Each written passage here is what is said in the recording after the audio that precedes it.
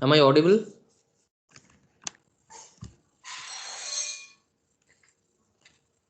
Yes, sir. Okay. Yes, sir. So in this class, I'll be talking about monitor, another primitive that helps us to ensure data access synchronization.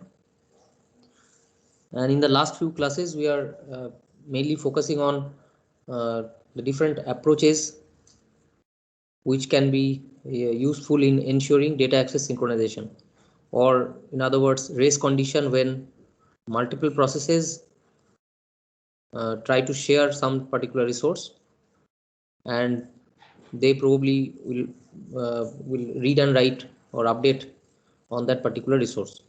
So the outcome of multiple such operations from multiple processes need to be consistent. And among the three previous approaches, we found two previous approaches. We found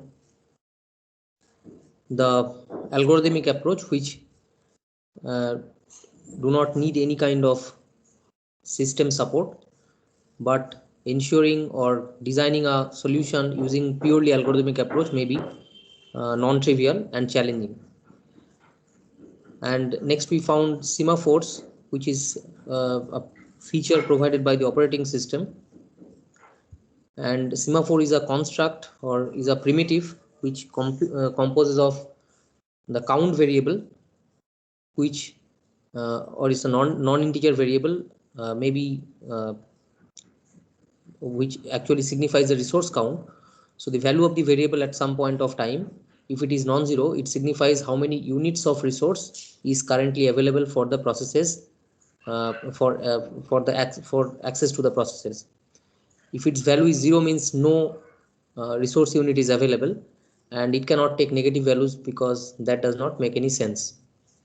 And the waiting processes, there is a mechanism in the semaphore that associated with the semaphore, there is a buffer or there is some kind of queue where waiting processes may be suspended, may be linked to when they are suspended. And there are specific two operations which are atomic in nature, P operation and V operation. Now this monitor, there are few similarities in the way it deals with the solution. We'll see that, but there are some striking differences also. Okay, so the first thing is this monitor is a programming language primitive. We'll see the both the difference and the similarities, and in this class I'll be talking about the solutions, the solving the classical problems using monitors. So I'll try to attempt solving three problems: the reader writer, the producer consumer, and the narrow bridge problem, which will be a new one, but it is pretty simple. Okay. So this is a language programming language primitive because it requires support from the compiler.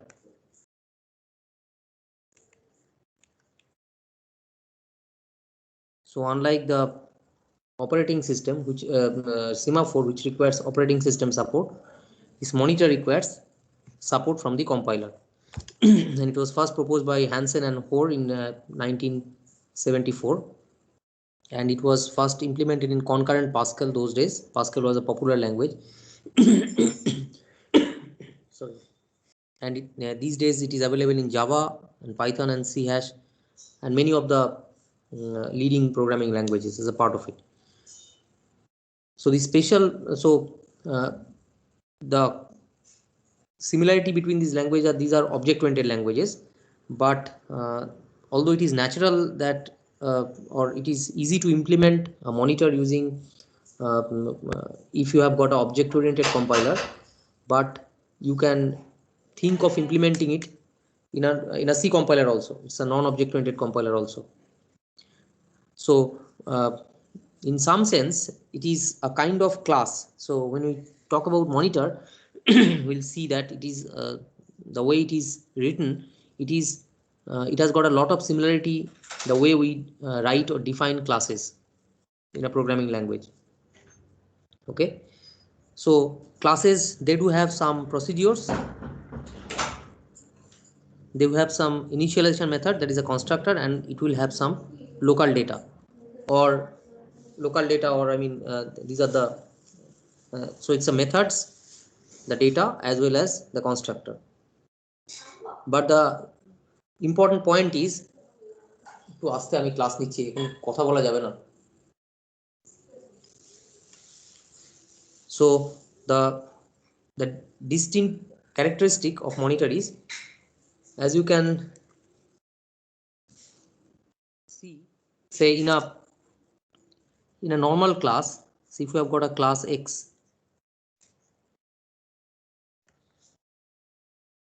and if you have got some data members and some methods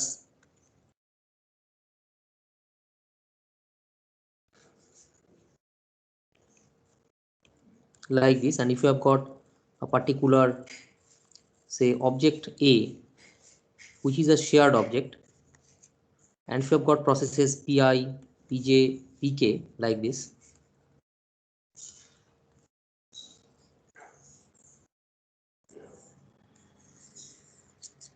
so this is a shared object, an instance of this class A. So within this, if A writes if this pi writes a dot pqr or k writes a dot pqr, or maybe there is some xyz, some other method, and pj invokes a dot xyz, is that possible? We have got a class X, it has got this constructor and these two methods, normal methods, and we have created a shared instance of that class. This is the object of that class A which like normal shared memory, so we allocate space for this object in that shared memory. So this is in some sense shared by all these three processes, pi, pj and pk. So now if pi wants a dot pqr to be invoked, pk also wants a dot pqr to be invoked, and pj invokes a dot xyz, can this be done simultaneously if we allow this all these three to run simultaneously? No, sir. Hello? Sir, there might be inconsistency. No, I'm not talking about that. I mean, is that possible in a normal case? I mean, whether it is inconsistent, that's a different thing. But normal classes, how do they behave? If different concurrent processes are willing to invoke the methods of that class via some shared object, say A or B, whatever, is that possible or not? No, sir. Is that possible? Don't think too much. I mean, in a normal case, what will happen?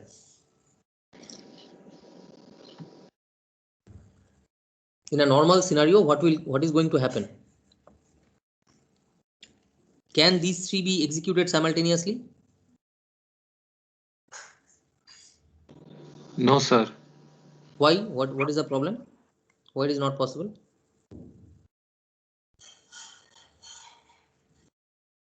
My simple question is, if multiple concurrent processes are there, pi, pj, pk, can they invoke or say maybe pqr xyz xyz and say abc? Now if this invokes pqr, this invokes xyz, and this invokes abc, now is that possible? So each of the three concurrent processes, they are trying to invoke different methods of that same class via that shared instance. Is that possible?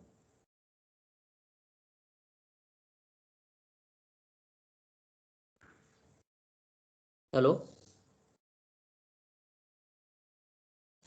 Now let us ignore inconsistency, whether it is inconsistent. So they are all reading from this data set, maybe through these methods. So let us ignore the inconsistency case. But is it possible or not? If they try to invoke methods simultaneously, concurrently? I think nothing stops them, but Yes, that's a simple answer. So I understand you are always thinking that whether this will read, this will write, and everything will change. Let us ignore all these issues. My point is whether this is allowed or not. Now, whether you accept the outcome, it's a different question. My question is, will it be allowed normally in a normal situation? If you run the code, will it work or not? I mean, will it execute? Yes, sir, it will work. It will work. Now, whether it will work in a proper way, whether we don't want it, that's a different thing. So this is possible. For normal classes, this is possible, right? So if I have a normal class definition like this is possible. But if I call it as a monitor, try to understand the very basic difference. If it is a monitor, so monitor is also a class. As you can see, the same thing, almost like syntactically also it might look the same. It depends on the actual syntax of the language that you are following. So monitor is probably the same as it appears to be. Okay, just instead of class you say it's a monitor. Now when you call it as a monitor, and if you have got a shared instance of that, now the thing is, although you run all these three simultaneously, pi, pj and pk, and they are invoking they are invoking different methods, but this will not be allowed. So methods, I mean, this is already been written here. So the thing is, methods are executed with mutual exclusion. Methods of a monitor are executed with mutual exclusion. Or in other words, if one process, only one process may be executing in the monitor at a time. This is very important to know. Okay, any other process invoking a monitor method, maybe the same method, maybe different methods, doesn't matter, is suspended waiting for the monitor to become available. So this is the key point to note, and this is how monitor is similar to a class. And there is also one major strange difference, how it differs from a conventional class. Is that fine? So methods within a monitor cannot be executed simultaneously by multiple processes through a shared object. Is that point clear? Yes, sir. And this is the first thing they should understand. So the thing is, even if I run it, so if somehow pj gets access to the xyz, because by the time pi and pk they have not initiated any method call corresponding to that monitor class. So pj, once pj gets access, because nobody is there to access, so pj accesses xyz. Okay, so it's accessing, it will take some time. So during the time pj is accessing any monitor method, pk and pi will be waiting outside. Outside means, I mean, they will be, so will make them wait without giving access to the other methods, or maybe the same method. Who will ensure it? So the compiler. So this is the compiler's role. So, or you can think of the Java runtime environment. So the Java runtime will say that, okay, there is a monitor class defined, there is a shared object defined. Now if there are multiple processes, or in Java's case there are multiple threads which are getting executed, so threads can run parallelly. So if one thread has somehow got access to any of the uh, method of that particular monitor class, so other threads, if they are requesting access or invoking any other methods, or maybe the same method, they need to wait outside. Okay, so they cannot simultaneously access it. That's the first thing, and that is some striking difference of how a normal class will behave and how a monitor class will behave. Sir, is this applicable only to methods or the members also, sir? The public members? Generally in a monitor, the members will be defined as private, because the point is, in a monitor, inside the monitor, the resource that you are having, the resource that you would like to mm, allow synchronized access, you should be encapsulating the resource in the data member, right? So generally all the data members are treated as private in a monitor. So without invoking any methods, you probably will not be able to access any of the data members. Sir, so it is not permissible, or it is a follow No, I mean, like. this is not permissible. This is not so no two process can access any members of a monitor simultaneously. Okay, sir. And in terms of the design, you probably will not be placing any data members as public. Okay, so any simultaneous access to the data members or to the members of a monitor is strictly it is not allowed. And who is going to ensure it? It's a compiler's task. So there comes the role of a compiler. So what it ensures, the first thing that it ensures, so earlier we need to find out that how, so we know that P and V, that can be a very nice way to deal with, but who will ensure the atomicity? Atomicity means when somebody is accessing checking the value of the semaphore, nobody else should interrupt and all this. I mean, that was the atomic access is important. So here mutual exclusive access to the invocation of the methods is one key term. Now there is another feature that is a part of monitor which is not available for normal classes. It is the condition variables. Okay, sorry. So what is a condition variable? So condition variable is a certain entity which comes up with a queue, because we know that the processes within a monitor, so within a monitor you have written some method, we will see with the examples. So within that method, maybe if you take the example of producer consumer problem, so the producers, so there are two methods defined within the monitor. One is the produce get and the put. Get means when the consumers will invoke the get method to get the item from the buffer, and the producers will invoke the put method to put their item they have produced in the buffer. Now we know that in that problem, that whenever the producer comes and finds that all the buffers are or full, if all the buffer slots are full, then they have to wait. Now where it will wait? To enable those processes which has executed a particular which has successfully which was successful to invoke a particular method, say put method. The producer invoked put method, but within the put it finds that no other buffer slots are available at this moment in a finite buffer problem. So these processes or this particular process need to be suspended. Now how to enable suspension? For that a condition variable need to be defined.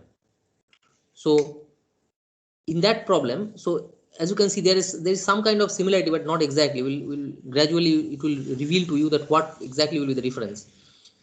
So like the semaphore has got a buffer, sorry, it has got a sofa or it has got a sitting arrangement. Now these condition variables, if you define a condition variable, it will always come up with a queue which can hold suspended processes. Okay, so here in the producer consumer problem, the producers, they should sit, all the waiting producers, all the waiting consumers, they also should have some sitting arrangements, and you probably cannot make them sit in the same sitting arrangement, in the same sofa. They both of the parties cannot occupy their seats, because whenever you signal a signal, so there should be some distinct signals which will signal a producer or a consumer. So you should have two different condition variables, and the condition variables, its purpose is to allow. So what is the point? So if you find, and how we find that we come later. So if a producer enters into the monitor through invocation of the method put, if it finds that all the slots are busy, I mean all the slots are say occupied, buffer slots, then it will expect, I mean it knows which condition variable will have the sitting arrangement, so it will call a wait C. So C is the associated condition variable. So if it calls wait C, then this wait C will suspend the invoking process. Suspend means it will put it in the queue, and this suspension means at the same time the process releases the monitor. Okay, so within the put, it could not successfully execute the entire put operation. So before it can actually put, it found that no slots are available, so it calls wait some condition variable, let us say it is C or whatever, and it will allow it to take some say will push it into a sitting arrangement and it will make it suspended. Suspended means that particular process will release the monitor. Means some other producer can also come and also check the same condition. They will also sit like that. Or maybe some other consumer comes. So the monitor will be accessed one by the processes. Maybe it's a producer or consumer. Now, so this wait C is one typical operation which is permissible on these condition variables. There is another important operation on these condition variables, that is C. So this C means whenever a producer, so the producers are waiting, say for example, because no slots are available, and each of them they have executed wait C so that they can wait. Now some consumers who are who was busy in consuming, after it has consumed, it finds that, so it will check the condition, it finds that it was just one less than that of the full capacity. That means, so the buffers earlier before I consumed it was completely full, and once I consume one slot is empty. So this might happen that because it was full, some producers were waiting in the waiting arena, in their waiting room, kind of. So it is a responsibility of the consumer process to signal them. Okay, so this condition variable can be considered to be associated with a waiting room. So if you find that your condition is not getting satisfied, you enter into that waiting room. If some other process finds that the condition is now fulfilled, that process will signal the processes in the waiting room. Okay, so this is a signal. And Q is another operation which if you execute, any process can execute QC. So just to know that how many persons are there, or I mean whether there are some persons in the inside the waiting room. Okay, so if QC is true, that means there is so there will be some persons inside, no matter how many. And if QC is not false, that means nobody is there inside. Okay, so this is the special condition variable associated with each so corresponding to each condition variable, these are the three operations. Okay, so what is the difference between, so wait, you see wait is more or less similar to the P operation, right? What is the equivalence between wait and with semaphore? Hello? P, sir. Suspend the task if not available. But can you see one difference? So in this wait, you are not actually downing some, you are not reducing some values, nothing else. So this wait is not associated with any such things. It is just says that if the condition is not fulfilled, I'll occupy a seat, that's all. Okay, and when you are signaling also, you are not up you are not putting up any signal, I mean or incrementing some value. So this wait and signal is not associated with any change in some memory location or in some value. Okay, so this condition variable, in some sense, it has no memory associated with it. That is another striking point to note. Okay, so there is no memory associated. In semaphore it has got a non-negative integer value. So its value is 3 means 3 units, 2 means 2 units, 0 means no units. So it can recall something, and that is what the semaphore means. Or if somebody is there inside, the flag is down or the door is closed. Somebody is not using it, the door is open. So open and close, off and on, lights on and off. So it can store some memory, or it is associated with some memory. But in case of signal, when it signals, the door is something like this, you see. So it is just like a automatic uh, closing door. So if you open the door and leave the room, once you leave again, it automatically gets closed. So the thing is, this signal is something like a beep sound. Okay, it's just like a light that blinks just once, it blinks, that's all. So that is the difference between physically how you visualize a signal operation in a monitor and a signal operation in a semaphore. In a signal operation, a semaphore means, signal means the light starts glowing, now lights will be on, But in a monitor, what will happen? It will just blink once. That's all. Okay, there's a just a blink of light. So if you look into it in that moment, you will see. Otherwise, if you come later, you will find that nothing is there. So the door opens and it gets closed. That's all. Or there is a certain beep.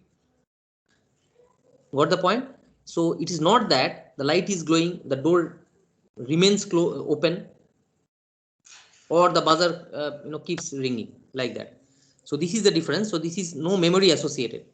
So that's why we probably need some other regular variables to track the availability of the resource. Okay, to count how many units are there, to know that how many buffers are full, how many buffers are empty, like this. So there should be some additional variables which is not a part of condition variables, because condition variables are not designed to have any memory associated with it. But the operations on the condition variable is almost similar, but not exactly that of semaphore variables or semaphore instances, because it has got weight and signal. And we have got one more, that is q, because it is not exactly like p and v, where this status of the q is checked within that p and v operations. Because it is not there, so there is a separate statement, operation called qc, which will return true or false.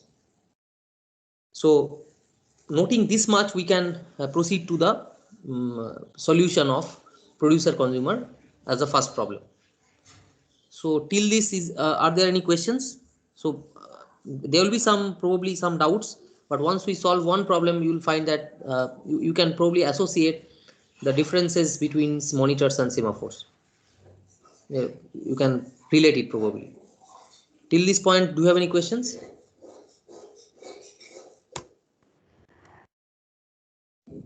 No, sir. Okay. So producer consumer problem, it's known to us, so I'm not repeating the problem.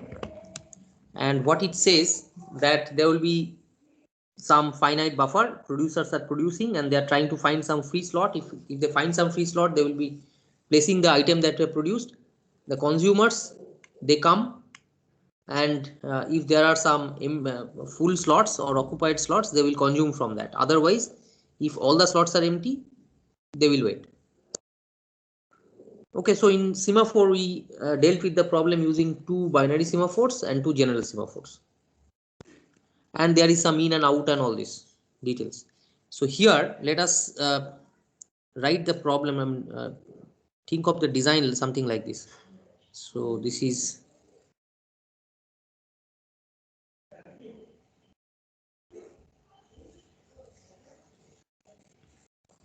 okay.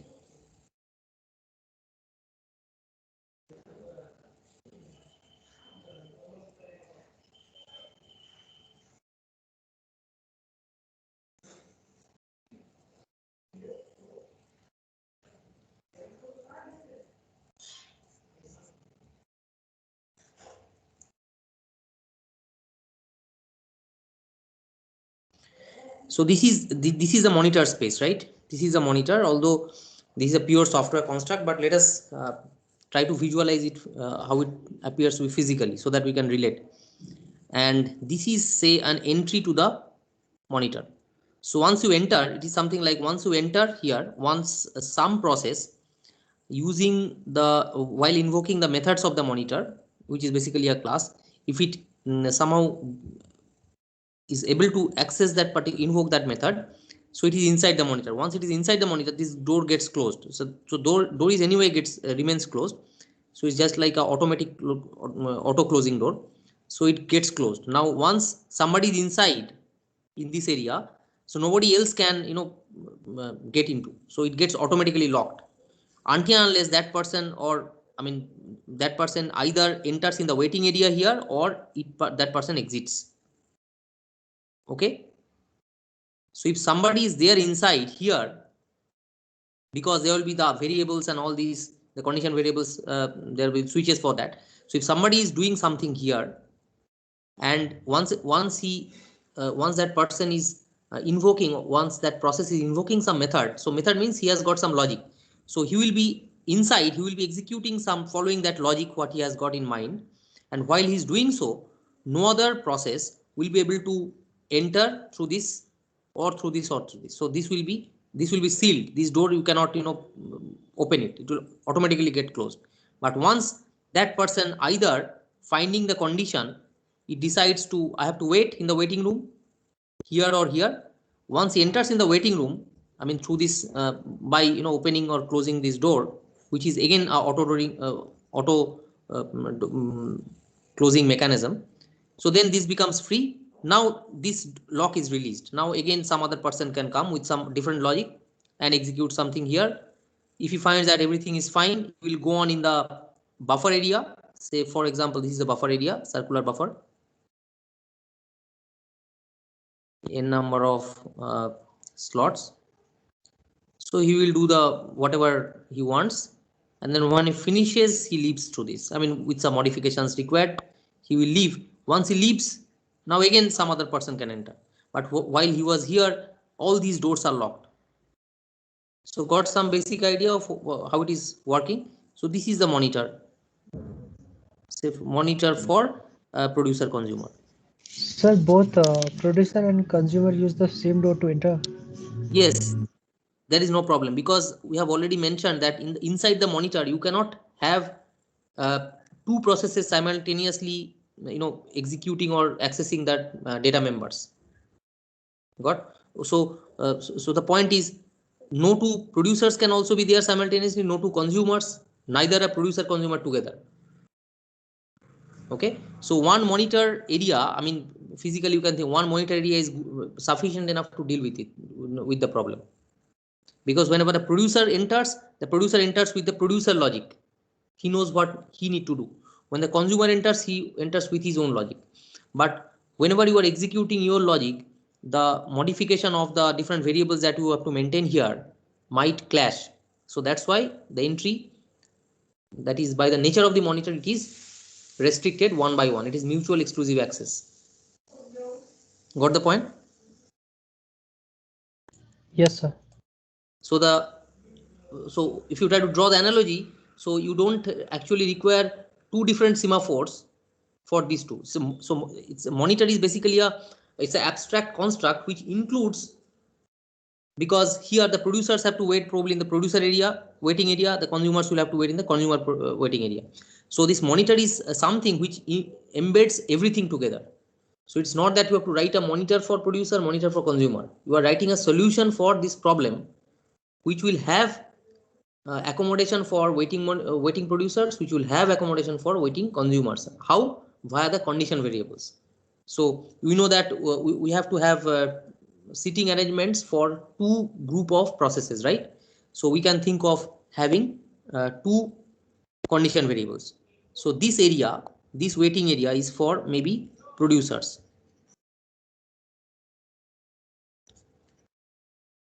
And this for the consumers waiting area.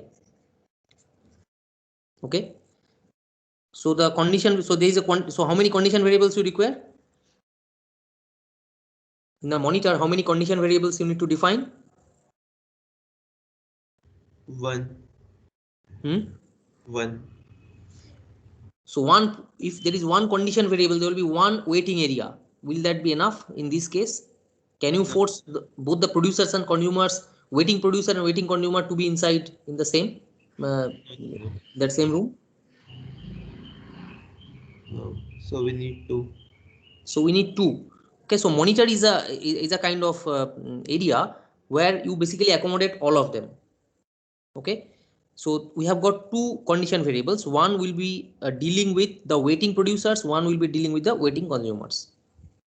Say producers, we may name it as producers waiting, means we may name it as producers when they will wait if it is full, right? So we can call this condition variable as full, and this when the consumers will be waiting if all the slots are empty, so we may call it as empty. So there are two condition variables associated with it. Okay, so we may, so consumers we may draw it in blue and that is in red. And because you see this full and empty does not keep track of how many buffers are available or whatever. So because they don't carry any memory, they don't even carry how many persons are waiting inside. They just say, if you ask them, maybe there is a kind of glass uh, glass door kind of thing. Sorry, I mean this is the blue one. There's a glass door here, and this is a red glass door. Just to give you the analogy. So if you look inside, you will find that somebody's so persons are there, somebody is inside, something like that. But how many you don't know, and you do not have to bother also. So that is the point. And if you want to enter, you just push it, you enter, and automatically it gets closed. That's all. Until unless somebody unlocks from outside through which operation? Through the signal operation, you cannot exit. You cannot exit from the waiting area, and you need not have to. You basically can sleep. Got the point? That's a kind of arrangement. So my question is how to keep track of how many buffers are available and not? How to keep track of that?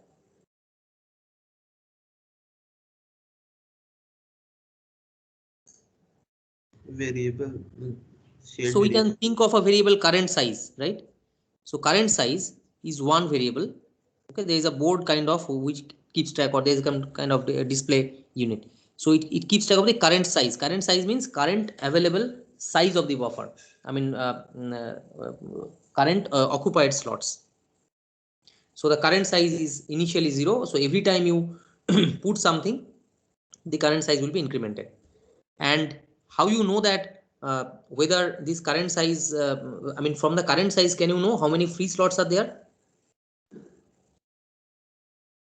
Yes, so Just we can hmm? subtract them full size. So you have to keep track of another variable, right? So that will be what is the variable name? We can call it as say uh, Total size. yes, I'll use the same name so that it so I use basically buffer number. Buffer number means the maximum size of the buffer. So this is the maximum size of the buffer, it never gets changed, and this is a current size, and this is a current size which signifies how many buffer slots are currently occupied or full. Is that fine? And here you have got again I use the same name. This is the next in and next out. Next in and next out. So next in will point to some slots and next out will point to, and you can increment and decrement accordingly. So these are also some variables to be maintained. Okay. So in the monitor, so if I write the monitor here, monitor, producer, consumer. So what will be the data variables? First of all, this will be private because you don't want these data members to be accessed from outside without protection. Okay, so make them everything private, and this should be accessed only by the methods. So what is the critical resource here? What is the resource, the shared resource which need to be accessed? What is the resource? Condition full, condition empty. No, the And resource, the shared resource. Sir, the buffer. It's a buffer. So this is a shared resource, right? So this shared resource definitely is the first one. So what is that? This is a buff item. So it's a type of the buffer item type, and this is the say buffer. It's a pointer to that. And then so when I write this, that means I am referring to this one. Okay. Then I have got int next, next in and next out. Okay. So that means I have defined this portion. I mean, when I visualize it, I have defined this portion. So what next I have to define? These two integer variables. So what kind of integer variables they are? They are normal integer variables, right? So they are not having any kind of special status or any kind of special operations. These are normal integer variables. What is that? Integer buffer number. So this is the max size that it stores, and integer current size. This stores the current full slots, the number of current full slots. Okay. And what else we have to define? So we have defined these two also, we have defined this portion also. What next we have to define? This portion. Full and empty, sir. So how can we define this portion? Condition. Condition. So this is something special. This monitor, this keyword is something special. So condition, what we call it is full. Full means this whole unit comes. I mean, you can think of that this unit is attached to the monitor, and there is a condition empty. That means this whole unit is there. So empty is a variable. So this is a condition variable. This is called condition variables, CV. But there is something special. So these variables, so we know variables always come up with memories, even if it is a but this is such a variable which is not having any memory, but still we call it as a variable. That is something very strange. There is no memory at all. It cannot retain its state. Okay, so what is having, it is associated with a buffer area. It's a waiting area, and if you want to enter into the waiting area, you have to call wait full. So to get into this area, you have to call wait full. To get inside this blue one, you have to call wait empty. That's all. And to allow somebody to come outside from this full, what you have to, which operation you have to perform? Signal full.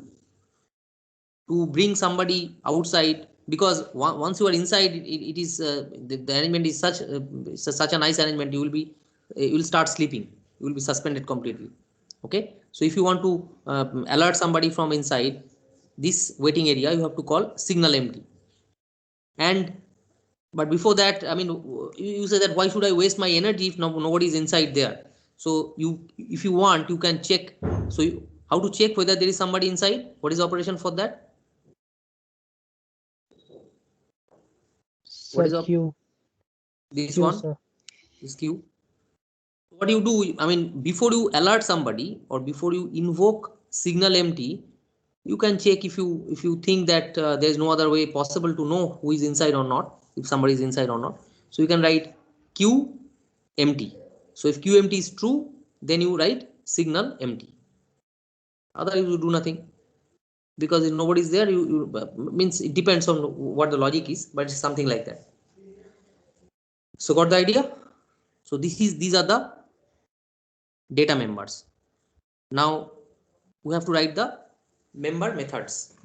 So the member methods, will they be private or public? They should be public. Private also will work, I guess. Hmm? Because the same object will access them, no?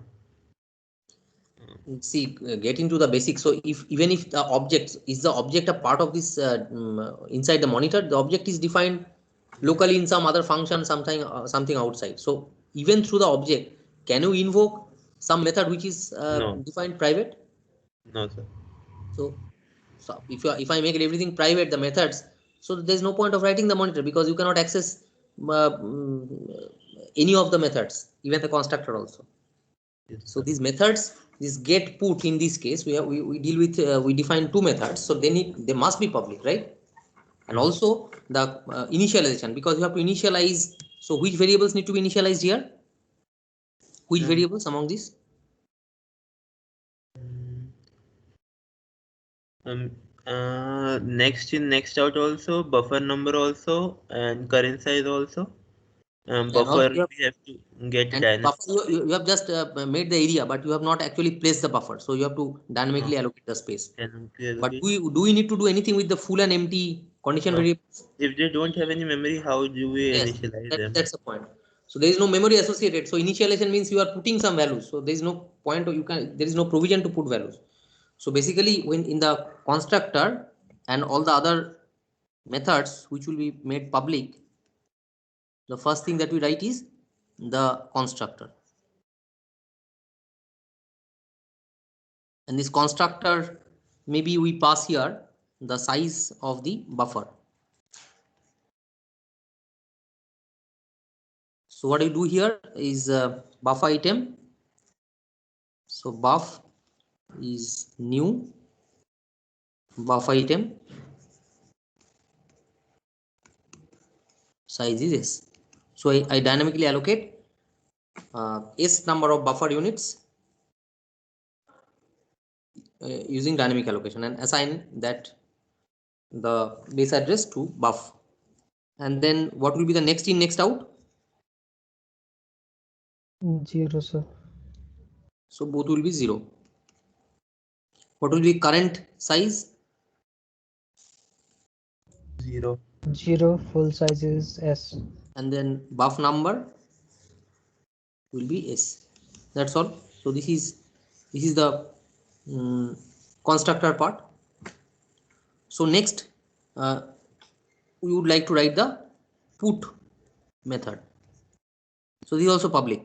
So put method. So put means what? You want to write, you want to put some message or something that has been produced by the producers.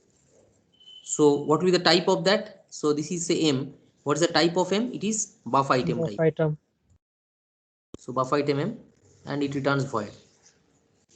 So what should I write here inside? What will be the logic? Now you think that who will be invoking this? Some producers will be invoking it. So producers are here. I mean, they are trying to enter here. Somehow if they, so they know that they have to execute this logic. So they have got some logic in mind which they are going to execute when they are inside. So what will be their logic? Once they are inside, success, because multiple producers, multiple consumers cannot execute their logic simultaneously. So somehow one particular producer got the chance to enter here in a mutual exclusive way. So what will be the logic that he should follow? Check the current size first. So if current size is equal to, so first he should decide that whether I should proceed this way or this way. First he should figure out whether I will be waiting, I'll be forced to be waiting, or I can proceed here. So what is the waiting condition here? Current size is equal to, what is the waiting condition? Buff number. Buff number, current size is equal to buff number. We have to wait, sir. Yes, current size. So this current size equals to buff number. I think, yeah, this is how we interpret. So current size is a value of the number of items that you are holding. So buff number. So if this is the case, then what I do? We call Wait full. because you are the producer. So producers will be waiting here. So what is the CV associated? Condition is full. So wait full. So wait full, the compiler will make sure that you actually are added to a queue associated with that condition variable. So these condition variables, instead of having some memory for storing some values like float, int, and all this, they rather come up with some queues. Okay, and that queue, so wait full means the process will be enqueued and the compiler will do it, and once it is done, the compiler will just, physically, if you think of it, will shut the door from outside, so that process cannot exit, or this process can only exit if some other process is going to create a signal, otherwise it will remain locked. And once it is locked, now this monitor is free, it has relinquished the monitor, so some other process can enter here. Okay, but if it is not the case, if this is not true, then it will not it will not have to wait. So what is the next step then? Now it is free to move here. So what next? Say buff next in equals to M, then next in equals to next in plus plus mod of Buff number. buff number. So what you do here, so this operation you perform, so you basically come here and perform these operations, right? So what next? Once you have, so you find that I don't have to wait, so you come here, you actually increment, and you whatever you have produced, and you place it here, the producer. What is the next task of the producer?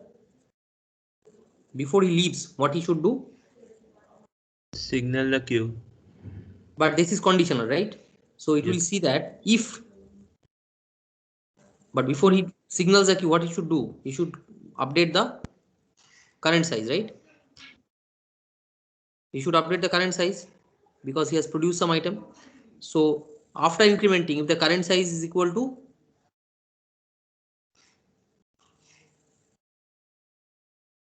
what is the condition for signaling? If the current size is equal to, Sir, we should check Q, no? Q empty. that is also possible. This is also possible. Somehow you have to figure out.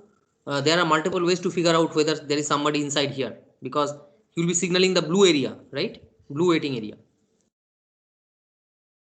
So if this is the case, that means after incrementing you find that it is just 1. That means somebody is there inside, definitely. I mean there is a possibility that somebody is inside. So signal empty. So what can be the better approach? The better approach can be you can just directly check the status of the status of this waiting room. So you can. Sir, how? Hmm? Sir, how can this confirm if someone is waiting? If there are like No, it just cannot producers. confirm. But the thing is, in this case, your signal may go in vain. I mean, it's of no use. You should not have. You may not have signaled it. So you can have a modification. You can write plus plus current size, and then you can write q of empty. Then you can write signal. That is also possible. So current size symbolizes how much we have occupied the buffer. So it should I be mean, how many slots are? It actually says how many buffers are full right now. So we are talking in a sense that if at least one buffer is there, we should signal, no matter N1 is inside or not. Yes, I mean we can have defined logic whether, because just having one buffer full does not mean that somebody was waiting. So a straight checking can be, I mean a straightforward checking can be, I can write here current size plus plus, and here instead of writing this, instead of, because before I signal I make sure that the signal actually is required, otherwise I may not signal it, right? So here I can write uh, Q q of empty. q of empty. Okay, so this I know that I have to generate a signal and I have generated it, otherwise I could have skipped it. Okay, so that's a logic that a producer, when it enters, it will execute that logic. Now once it is done, what he will do, he will simply leave. Once he leaves again, so the thing is you can open the door from inside. This door you can open from inside. Okay, but and if you open from inside, if you come outside, then it gets locked. You cannot enter through this path. And once it is locked and nobody is inside, then this door becomes open. Okay, so you can have a typical control like that. So once nobody is here, this becomes, so if somebody is waiting here, they can enter. So entry is always through this. This is the entry door you can think of, and this is the exit door you can think of. And these doors you can enter whenever you execute wait full or wait empty. You can enter through this path, but you cannot exit until unless somebody unlocks, and this unlocking is through the signal. Is that okay? Yes, sir. And the point is, so when you are signaling, after you have made the change, when you are signaling this particular uh, I mean this particular CV condition variable, so you basically, this means you are, you have, so there is a mechanism, mechanically the door gets opened, and there is also a kind of, you can think of, a beep comes, and that beeps alerts the person, the door gets open, the person comes out, and it gets locked. So if without checking this, if I would have created the signal, what would have happened? The signal would have not been stored somewhere. I mean that it was open, so it would have been open, nobody was there inside, so nothing happened, so it just gets closed. Got the point? Sir, Earlier is in it a, semaphore, if you signal means the light remains on, but here there is no provision for, remaining on or having some memory. So if nobody is there, if you signal, it is of no use. It's basically wasted. Got the point? sir, but is it a legal operation? No. There is no harm in doing this. You are just wasting your maybe your effort. You know that nobody is there in the waiting room, still you knock the door, trying to alert somebody. So does it make any sense? Is it not? It is not required, but it is not going to create any harm also. It's an unnecessary operation. So that's why you can make the change like this. First you increment the current size, and specifically you check the status of the queue. If it is non-empty, if it is queue empty is true, then you basically signal the empty. What was the so it is, so it says that if it is true means at least one process is suspended. So that's why we make like this. If it is true means one process is suspended, we signal. So what will be the get logic?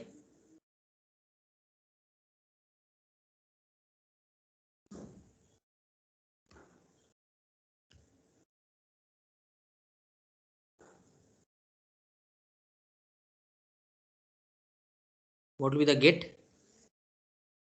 Get means this is void and we will return the buff item, right? This is the get logic. So we will be executing the get, the consumers. So once a consumer enters here in this area, what it will do? Check the current size, sir. Current size and decide whether the consumer need to wait in this empty. So whether the consumer need to execute wait empty. So when you need to wait if current size is 0, sir. is equal to 0. If this is not the case, that means current size is not exactly 0, then it can go and attempt to get this. So what it will do? Buff item m, it will, so it will take that item from buff next out.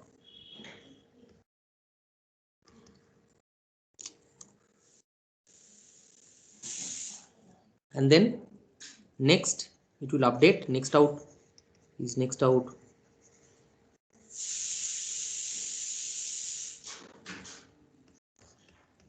mod buff number of retain it. Then what next? So it has performed whatever modifications it requires. Then its task is to decrement current size, right? So once it decrements current size here, its task will be to check if there is somebody in the red waiting room. So if queue full is true, then it will signal full, signal 1%, one process, making sure that somebody is there inside. It will alert that person. The door lock, it gets unlocked and the person comes out. It remains, it unlocks and it immediately leaves. So it unlocks, it leaves, and it enters in the area. And that person has already it was a producer, so he was suspended at this point, so he will execute this portion. So he will basically join here. Is that fine?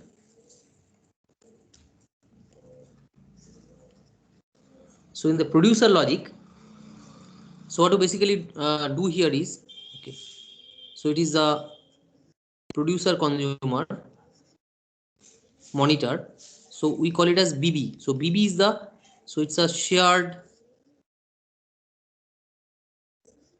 so BB is a shared object or instance of type producer consumer. Okay, now we have got the producer logic.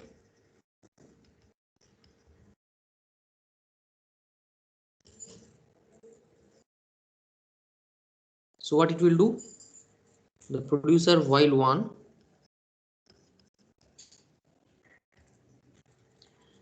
the producer will first produce item, so buff item,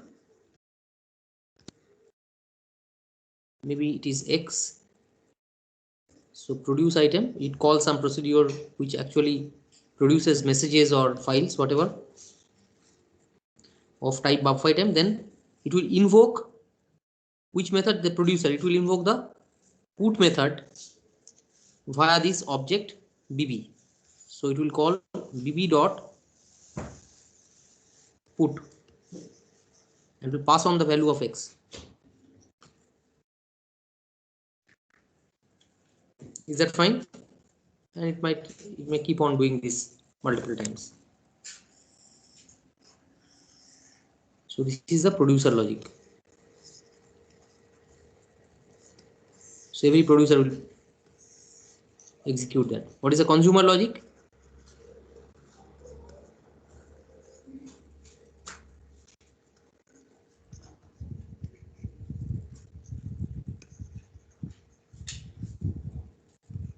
Maybe some other consumer I or j. So while 1, so it will be bb dot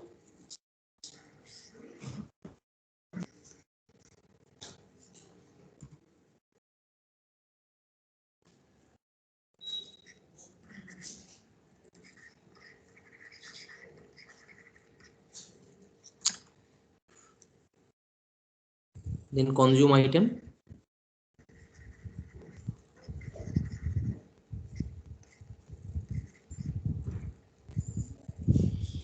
is that okay?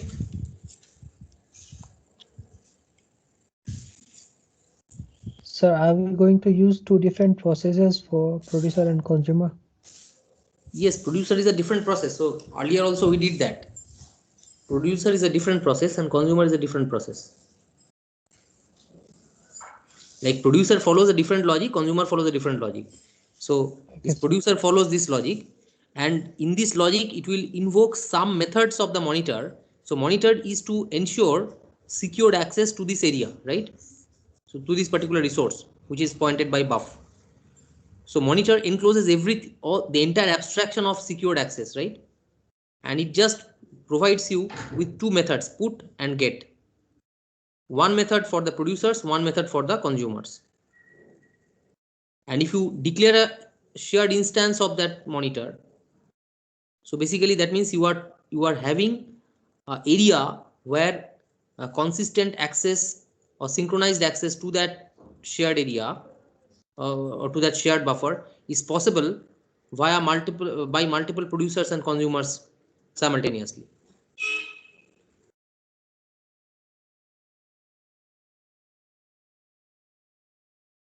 Okay, sir.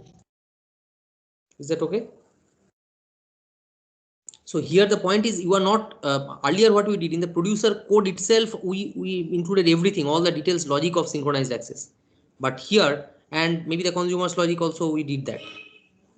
So the point is here, and maybe the producer is written by one particular developer, consumer is developed by one particular developer. It's not the case. So this monitor is developed by, and so you probably don't know what he is using, and you also collaboration, or interaction among programmers it might be difficult. But in this case, the monitor is written by a particular person, and the monitor is for shared access to this whole area, and the monitor will provide you some interface through which you can ensure proper access. It's like this. Now the problem of bugs, if there are bugs, it's in one place, and you can, because it is controlled by say the compiler itself, mutual exclusion can never be violated, and in one place you write everything, so probably you will be able to find out, or the issues of deadlocks, starvations can be resolved by you itself. And it cannot happen that mutual exclusion is violated. This is not possible for sure. But in case of semaphores, you may come up with a solution which may be which may have bugs in the design, and which may lead to violation of mutual exclusion also. But that is not possible here. Got the point? Is that fine? Yes, sir. Do you have any questions till this point? So once this is clear, the remaining two will be pretty simple. So here I have just mentioned it with some comments and all. It's a monitor, bounded buffer, This is public, these are all private, this is a public, this is a constructor, and this is a destructor. So whenever you create this instance of this, so the constructor gets invoked, and this initialization is done. Okay, and it creates a monitored instance shared bounded buffer. So you can declare a shared memory, and within that shared memory you can create an instance of the monitor. Okay, now if one of the process creates this instance, so other processes can use it without any problems. These are the codes for. So maybe this process creates this and also executes this code, and this process just executes this code after getting a link to this particular one. So this is almost a kind of pseudo code, although it looks like a C++ code, but it is not exactly. So in C++, there is no support for monitors. In Java there is some support, in C# there is some support, but in C++ we don't have any support for monitors. So let's proceed to the next problem, reader writer.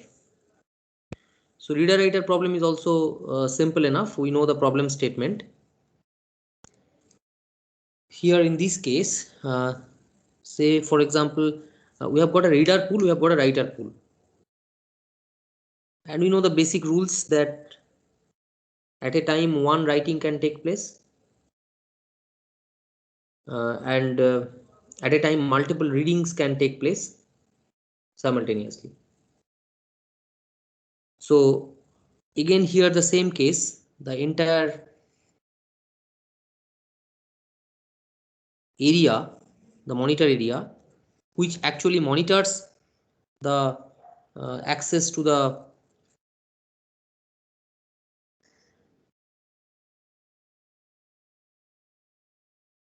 reading, to the resource, shared resource. So the name given to it is meaningful because it actually monitors that everything is consistent, and it is like that. But it has got a abstract data type defined for that, which encapsulates data members, methods, and additionally to ensure this monitoring made that it becomes possible, the one restriction that the compiler guarantees is that no two process will be able to access methods same or different within the monitor simultaneously. That's all. So if this is called as a reader writer monitor,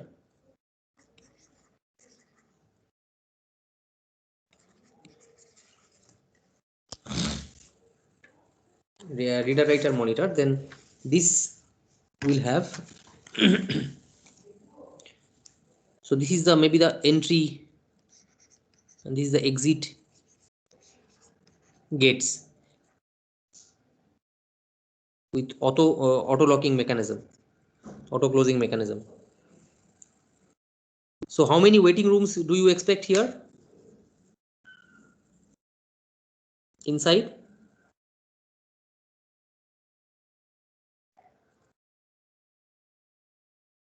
How many waiting rooms should be there inside? 2, sir. One for reader, one for writer. One for writer. Earlier what we did, there are two basically two types of semaphores in the semaphore solution and inside the room we allowed one reader to wait and along with multiple writers. That was the case, if you can recall. And if some writing is going on and some reader is already inside, so the rest of the readers will be waiting completely outside the entire area. Can you recall that? So that using a binary semaphore we can do that. So that is how it works. But in this case we can because of the flexibility of the design, we may allow all the and you know that no two readers can enter simultaneously, no two writers can enter simultaneously. So and this whole area is like that. So we can have two different waiting rooms, one which accommodates the waiting readers if some writing is going on, and one that accommodates writers if reading or writing is going on simultaneously. At that point of time. So here, say this is the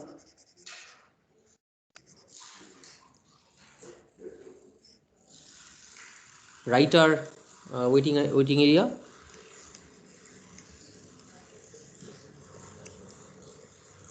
and this is the reader waiting area. This is a door, which is a glass door uh, through which you can see and which enables you to perform the queue operation.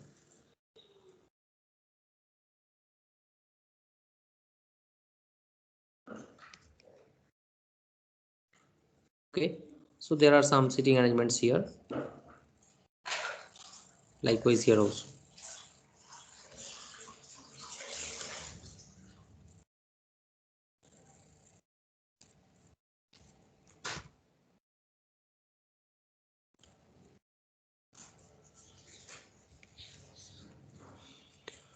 So now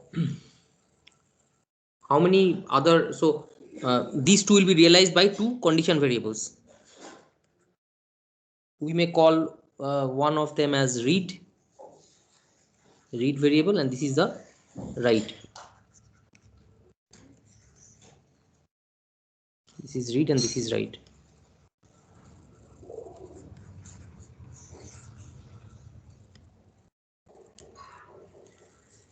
What else do we need? What are the, because there is no memory associated, so to memorize, what we need to actually store the state, regarding the state of what is happening inside here.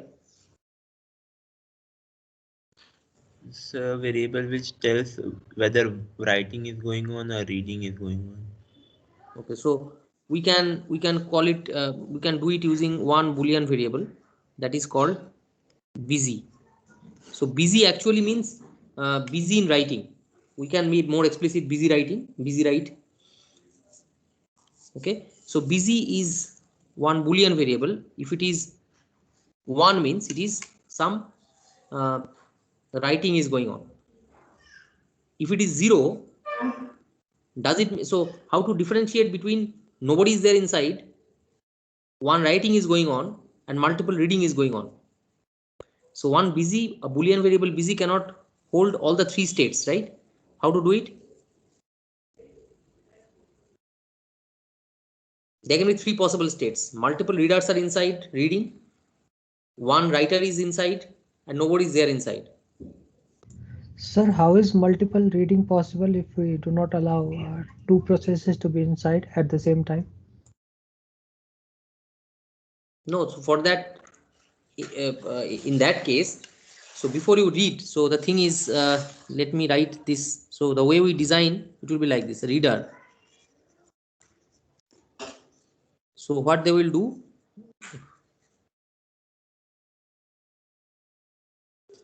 so what will be the processes? So perform reading, so this is one reading process. So before you read, you invoke start read, right? So start read is the method, and if say reader writer monitor shared reader writer, say it is rw is the instance of that. So this is rw dot start read, and then after you, so got the point? So when you are, so you can just make it a small door here.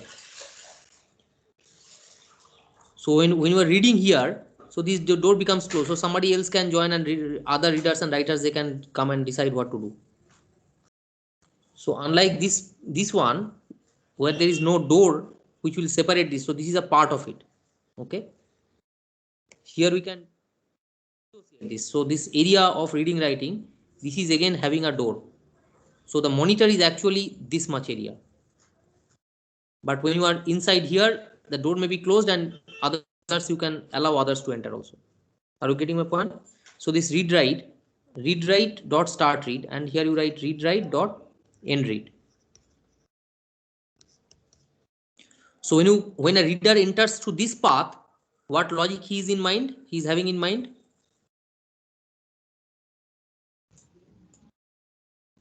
Sir, What either point? he should go to reading, or either he should wait. Yes. Now the reader is coming. So reader is coming through this path, the entry to the monitor, and this exit to the monitor. This is the exit to the monitor. So when he's entering the monitor, which one, or before he starts reading, so what is the logic that he comes with in mind? Start read. Okay, this method. So with that in mind, we will do something and you find that it's not possible, some writing is going on, he will be here. No writing is going on, he will be here, like that. So once he is here, he will shut the door. So he'll release the monitor. That's the point. Okay. So this is, once you are successful with here, means you are inside this part and you have relinquished the monitor. Got the point? And you perform reading as long as you want. Now when you are entering through this door, like after performing reading, what is the logic that you have to execute? What is the logic? End read. Got the point? So a reader, it was unlike that put and get. A reader, before he reads, he will execute a monitor procedure, monitor method, and if it is successful, so he will read. But while he is reading is the reading process, or the the activity of reading is not done within the monitor. Okay, sir. Got So, the point? so in a sense, end read is also a way into the monitor.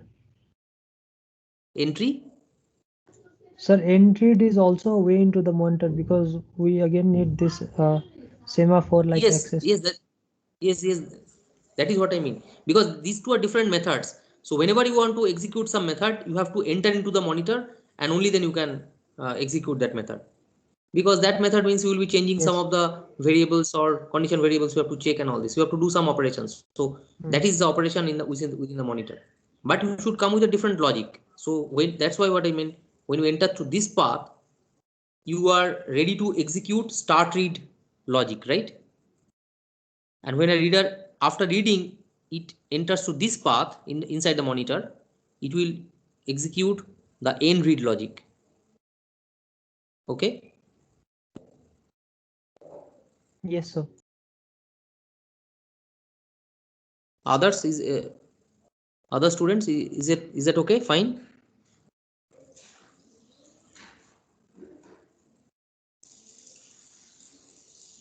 So that's why maybe to distinguish that there is no door. So you can think that this is a part of the monitor in the previous case, but here there is a separate door, and once you enter it, it gets locked like this. So once you have performed completed reading, you cannot just jump into this area and try to exit through this. It's not possible. So you have to again wait, because might be that some writer has entered and it is checking this busy state, and the writer maybe till the point the writer is here, you once you have finished reading, you cannot enter through this door. Okay. So these are the entries to the monitor, fresh entries, and this is the one way exit. And one case maybe this is the entry and this is the exit, and this is another entry and this is exit, like this. Is that fine?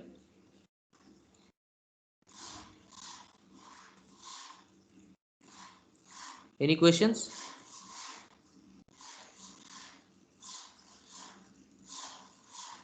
So here we write start write, perform writing, rw dot end write. So writers also will do the same thing.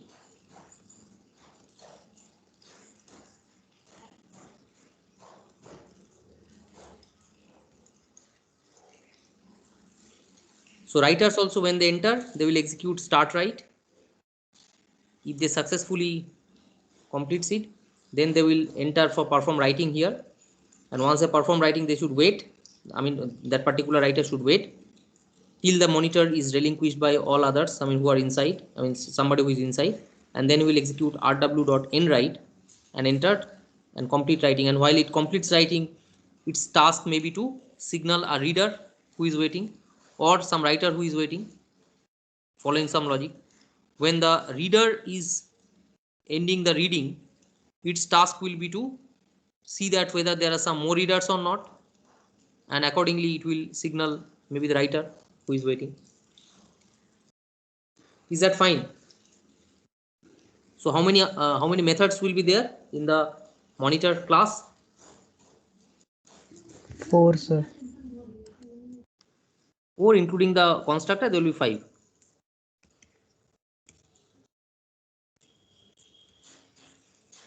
Reader, writer, and here it is private.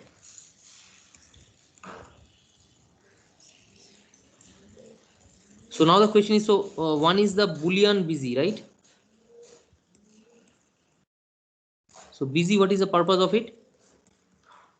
uh, it is true if some writing going on, otherwise it is false. So the question that I asked was how it knows whether if there is no writing going on, it is completely lying vacant or a bunch of readers are inside. How to distinguish between that these two cases? We need to have some other variables, right? What should be the variable and what will be the significance of that?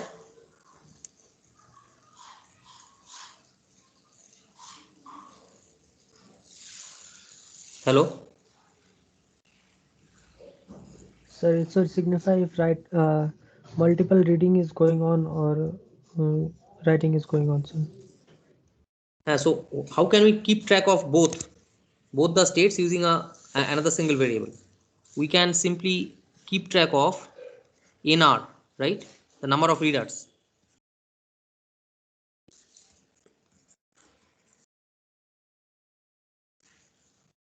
Number of readers. So if the number of readers, if it is 0, so if busy is on means busy is true means some writing going on. If NR is equals to busy is 0 and NR equals to 0, that means it is completely lying vacant. If busy equals to false and NR is equals to non-zero, that means some bunch of readers are inside. So just checking and manipulating these two variables, a boolean variable and integer variable, we can find out the status of this area, what is going on. It's vacant, some writing going on, or uh, group reading, group or whatever, some reading going on. Is that fine? So now what next? It's a condition variable. How many condition variables? Two variables. One is the write and one is the read.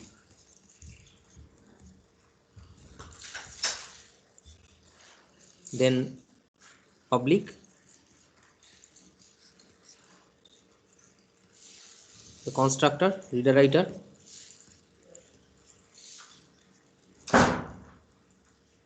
which variables we have to assign values? Busy should be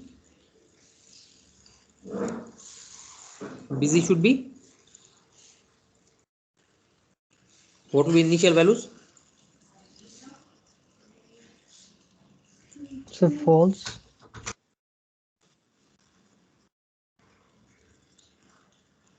And this NR should be 0. 0. So now we have to write start read, end read, start write, end write. That's all. So start read,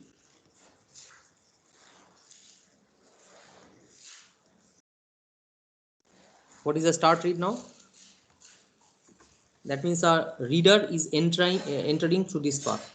What is the logic that he should follow? So first of all, he should find out whether the reader need to wait in the blue waiting area. That means it has to execute wait read. What is the condition for that? When it will have to wait the reading? Busy is true. Anything else required? Can it just check the value of busy and decide whether to wait? So Do we need to have anything here? number of readers we need to know. If no one is here, do we need to really know that? I mean, if you don't have any writers writing, so do you really need to know whether there are some readers inside or not? Not unless there is a limit for reading, sir. Not?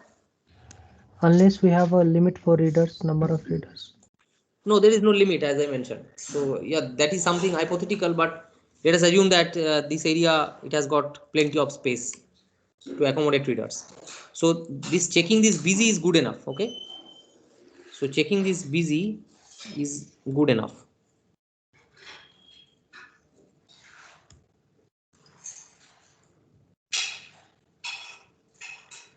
So if it is not busy, that means the reader can enter here for reading. So what it should do first before it starts reading? So What it should do? release the monitor, sir. No. It And first increase before it the NR.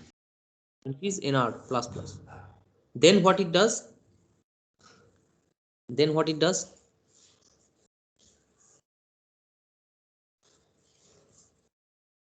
Now I am here.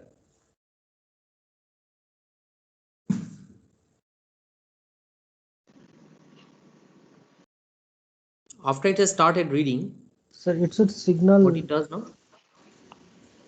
So whom it should signal? To the writers. If it signals the writer, means it is allowing the writer to also join him while he is reading. How it is We possible? cannot have Sir, it should somehow relinquish the monitor, sir. Release it. so Yes, relinquish the monitor means it is automatically relinquished once the process is completed. This method is complete. It will be relinquished. So whom it should signal now? It might send a signal to the readers who are waiting inside.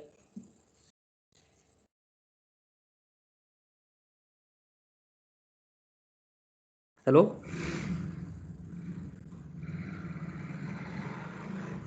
Sir, but why would they be waiting inside if it was not busy? Then, if it was not busy, then the writer would have signaled already them. Then they would not be waiting. And if it So is busy, then this he will also wait. so this is not probably required, right? Yes, sir. Because No, sir, it if is a not. writer has signal, hmm? Can you guess Sir, this? So is it mandatory? So this signal is of no use. You can put a signal here, but it's of no use.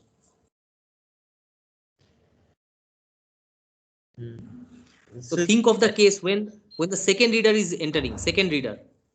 So this the first reader enters. It's not busy. It increments and it say it ignores the signal. So the second reader enters. Second reader enters. What be the case? Second reader finds that this is busy. This is busy means it will go into the reading area. And the writer completes. Writer complete means somehow it will generate a signal. If no writer is waiting, it will signal. So that signal will bring back 1. So that signal will bring back what is going to happen. So say for example, two readers are here, and uh, and both of them are waiting here at this point, right? So once they are signaled by a exiting writer, see, are you getting me? Once they are signaled by a exiting writer, so they will come out from this, right? They will get this. So one signal means one person will be exiting. One person exiting means now he will be able to increment his NR count. Now what next? What would be his task? He will anyway enter here to start reading. But what will be his task? to call more readers, sir. Because it might happen that there are more readers waiting here who was waiting here with him. So he might check at most that if You read. read Q read is it's true. If there is somebody inside who was waiting along with me, I should signal, because one signal can unblock one process itself, because it's just a blink of light which will alert one particular uh, process. So got the point why it is required, needed? So, but Hello? it is the job of the writer to inform, no, that the No, writing is writer done. has informed. Writer, see the point. The writer is writing is going on. Writer, when we're writing, there may be some readers, writers waiting, and some readers also has waiting. By that time, he by the time he was writing, these three people accumulated here, and these two people persons accumulated here.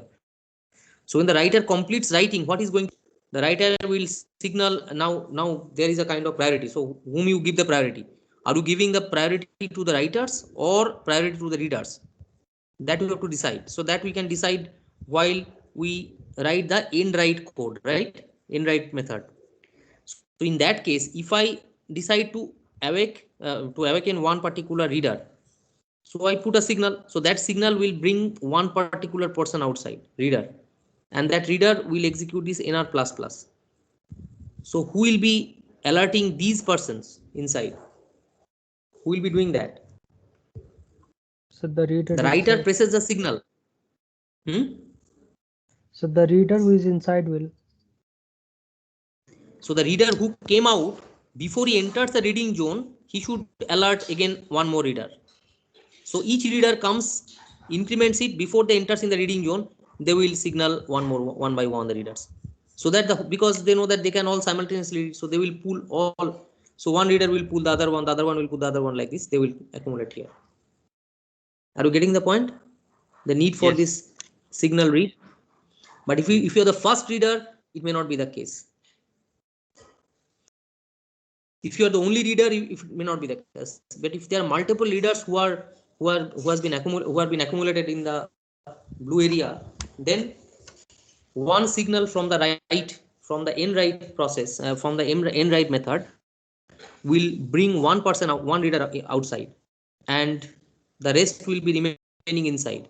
So it is the task of the reader who just came out to signal other reader, and that other reader will bring out some other reader inside, and like that. So got this point here? Sir, sir, will it not cause starvation? Is Because that if, okay? sir, will it not cause starvation? Is, okay, we'll come to that later on. I mean, there can be several ways, several variants of the problem, but let us assume that okay, something will happen. I mean, at least something will happen, and how you avoid starvation, whom you give priority, those are the second things. I mean, next it comes. Let us first come up with the basic solution, something. Let us have it in our mind. So what about the end read? When you are completing reading, what you should do? End read means you are coming out. So you are also making another entry to the monitor, right?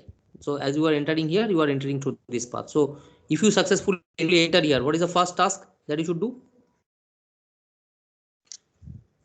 Right? You should be just decrementing the reader count that gets decremented. Now if there are more readers inside, you just ignore, nothing you have to do, because the state is not going to change anymore. So you just exit. If it is not the case, if after decrementing you found that you are the last reader who was inside, what you should do? Whom you should signal? To the You are the writers. last reader in the reader pool. hmm? You Writer, should sir. signal to Signal, the writers. signal, right? So that's all.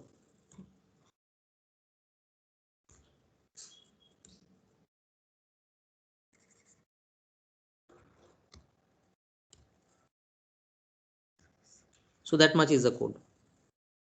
And then if I write start write, so you have completed start read, end read. Now we're writing start write and end write. So start write, what will be the logic here? A writer enters here. A writer enters, and what it checks? The writer first checks whether it need to wait. It need to wait on the right uh, waiting room. When it need to wait? If Busy if is false, NR is 0. NR is not busy 0. is true, if busy is true, If busy is true and NR is or NR is greater than 1 greater than 0, right? Yes, sir. If NR is not equal to 0 or greater than 0, whatever you say, NR is not equal to 0 and busy is true, then it has to wait. But if it finds that there is no waiting required for it, or somebody has signaled, some writer or some reader has signaled it, so what it will do? Is there any count that need to be implemented? No. It's a busy writing going on or not. The busy itself, the Boolean variable busy deals with it. So what it should do now? So before it starts writing, what it should do now? Busy to true. It will set busy to true. And n write, what it will do? After he has completed writing, after a writer is exiting from this part, what is the first thing that it should do? As the readers decremented this count, the writer should change the state of busy to false. Okay, is that fine? Without any checking, it will do it first. Then what it will do? Now there are two cases. One thing is maybe some readers are waiting, maybe some writers are waiting. Now now there is a choice. So now it depends whom you are giving the priority. If you are giving the writers a priority, then you should write q of write. You check if it is non-null. I mean, if it is true, somebody is waiting, then you signal write. Okay. Else, if q of read is non-null, then you signal read. Is that fine?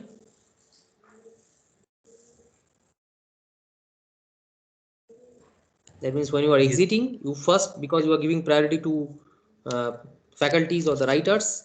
So if this is non-zero, I mean, if somebody is inside, you first signal them. If it is not the case, then only you signal these persons. So maybe the last writer, I mean, once the writing starts, then one by one all the writers will be preferred. And when the last writer is exiting, no writers are waiting, only then the readers will be allowed. So it is something like if the reading starts happening and there are pool of readers coming, then who will starve actually? So the writers. If the writers will, and once the writing starts and there is a continuous pool of writers that which come, then who will be suffering? Who will be starving? The reader. Readers will be starving. So here the priority is not very clear. I mean, it's not a very strong priority. We can give strong priority to writers. How? So this is one where we enforce some writer priority. Where we should to have the writers strong priority, what we should do? What we should do? Some change here. So once you have entered,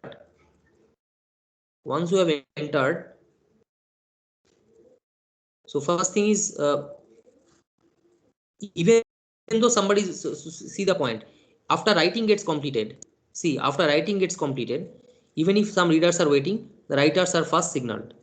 So that is one way to stop the readers getting entry here in presence of the writers, right?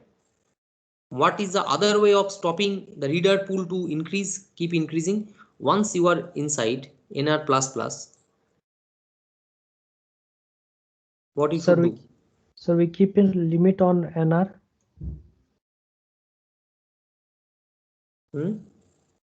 Sir, we set a limit for NR. No, it's not a limit, but the thing is when nr is 0, you are so you are signaling right fine, but the thing is whenever you have got say before you call some writer, say before you allow or this busy, we have to make some change here, right? So you you should wait in the reading room, in the reading waiting area, if some writing is going on, and if also some writers are Waiting. inside here. Also, if some writers are here inside. What happens if we just reverse the priority? If I give priority to the readers, strong priority to the readers, so then this should be flipped.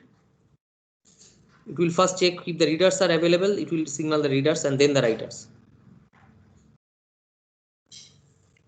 Okay, so we can give more priority or strong priority to the writers and or more priority to the readers. Now the point that I want to mention is, if some writers, see the point, if some writers are waiting here, if a new reader comes and even if it finds NR is greater than 0, it should not join here. Are you getting my point? A new writer comes means if it is busy, even if it is not busy, that means some reading might be going on. The new incoming reader might choose to wait because it wants to give more priority to the writers. Okay, a student comes and finds that his friends have started reading. Maybe that his friends started reading in the notice board before one faculty came and started waiting. Got my point? So when you are coming, you find that two of your friends are busy reading, you should not join them. Rather, you check whether it's busy in writing. At the same time, what you should check, if queue of Right. write is true, that means some of your faculties are also waiting, then you should better be courteous and you should uh, get into the waiting room. Got the point? So if you do this, what happens? The readers will not get preference or priority. So you are giving strong priority to the writers in the start write code, and in the end write code also, start read code and the end write code also, you are giving priority to the writers. Got the point? So this enforces a strong writer priority scenario. Is that clear? That part clear? Is that part clear? If I add this, that means even if some reading is going on, you cannot blindly join those, join your friends, provided when you know that some faculty is waiting in the waiting room. So if you join, it will take more time for him to get his turn, right? So you better wait inside the reading waiting room, so that whoever is inside, they will finish up within a finite time and they will signal this, right? Is that part clear? Hello? Yes, sir. For others, are you getting the point? So this is how, once I modified this is for strong priority given to the writers. What will be the strong priority given to the readers? That you can try. What modifications are required? Now the only difference with the previous one is that there is a start read, start write, end write, and the reading and writing is performed outside the monitor. This is how it works. But they are getting and putting, it is just, it's a atomic, it's a very small step that is expected in the previous case. So that's why that was a part of the that was done inside the monitor in the previous case here. But in this case, perform reading and perform writing, these are done outside the monitor. So this part is not a part of the monitor. So the monitor is like this. So this is the main monitor area, and these are accessories, the waiting areas, and this is the actual shared resource, which is not a part of the monitor. So when you are, what are the operations possible in the shared resource? Reading or writing. So when you are doing, somebody is doing reading or writing, they are relinquishing the monitor. That's why we, instead of just 2 methods, we ended up with 4 methods, 2 for each reader and the writer process. Is that okay?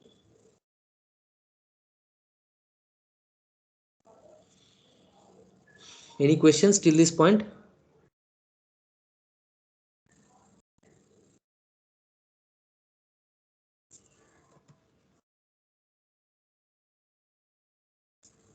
Hello? No Any question. questions? No question. No, sir. So the last example will be this narrow bridge problem. It is it's a simple one.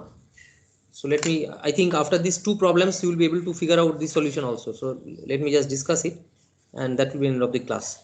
Okay.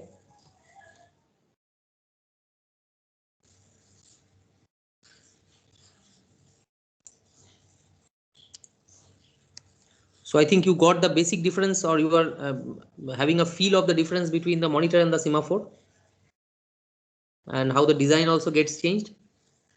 But there is still there is some kind of similarity also between the two. The signal and weight, that is similar, but there is no memory, and that's why we have to have addition. We need to have additional variables here to keep track of these busy boolean and all this. In fact, this current size and all this, these were not required. The current size was not required in the semaphore solution because that was a part of the semaphore itself. Okay, in the narrow bridge problem, the story is like this. So there is uh, it's a two narrow bridge. It's a and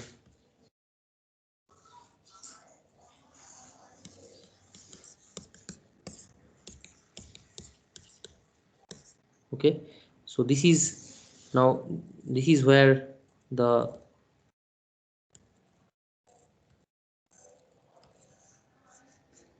vehicles are coming from these two sides,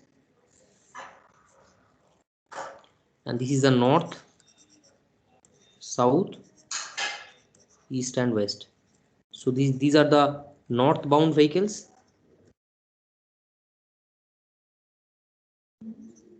and these are the southbound vehicles.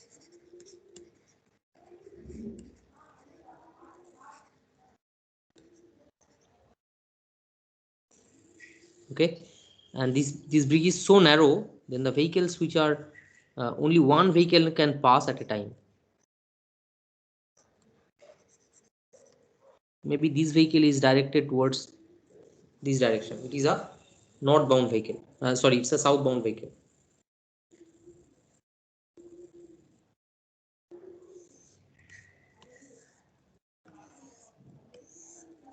Okay, so this is the top view of that. And once you have got one vehicle towards this direction, you may have multiple such vehicles also following it. But once this is the case, another vehicle which is northbound, so these are southbound vehicles, another northbound vehicle cannot enter here because in that case there will be a deadlock. So a bridge too narrow to permit two-way traffic simultaneously, and alternately the objective is to permit vehicles to travel in opposite directions. I mean, this is a typical situation where you find that there are some maintenance work going in the bridges. We often find that there are manually some people is there to flag or to signal that okay, now, so they do it in a periodic basis, like for 5 minutes they will enable the flow towards the northbound, and for the next 5 minutes they will be switching on the flow of the southbound when there is very heavy traffic, and there are two persons in two ends who actually monitor the direction. But in this case one can think of having a monitor or semaphore kind of solution which can automate the whole process. Okay, so the point is so this is a shared resource, so this bridge is a shared resource. If you've got multiple processes, so there are two kind of processes, one is southbound processes, one is a northbound process. So northbound processes, they want to acquire the resource. If one southbound process acquires the resource, multiple southbound process can acquire the resource. It's just like the reader, multiple readers can read like that. So multiple southbound process can hold the resource simultaneously.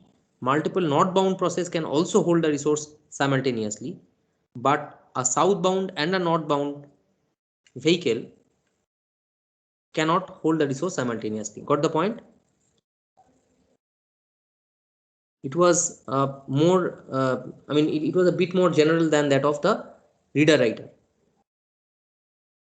Kind of, you can think of that the multiple writers can be inside, multiple readers can be inside, but a writer and reader cannot be inside, something like that. So in a cafeteria, the students can be there or the faculties can be there, but both of them cannot be there simultaneously. When the students are there, they have their own way of behaving, and the faculties are there, they have their own way of behaving, but no two parties are together. So this also is the same situation here. So in this situation, if we would like to have a monitor based solution, then what we should do?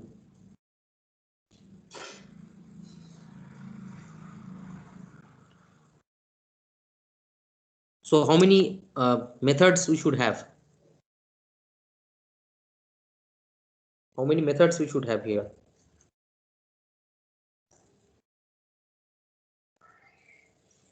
So two methods, How many go methods north we and should go have? How many south. condition variables? So two methods, go north and go south. Will that be enough?